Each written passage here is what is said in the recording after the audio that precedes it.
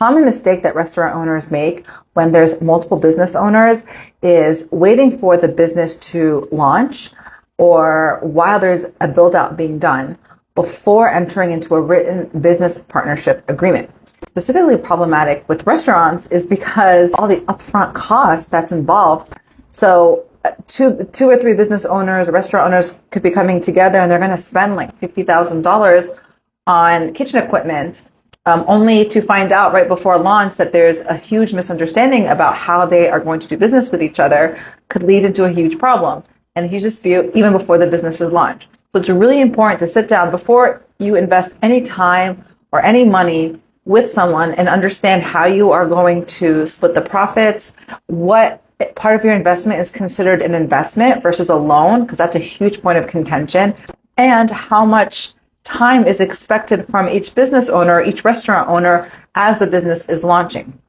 If you have any questions about these type of arrangements or these partnership agreements, call today at 630-517-5529 or email me at danny@motivalaw.com.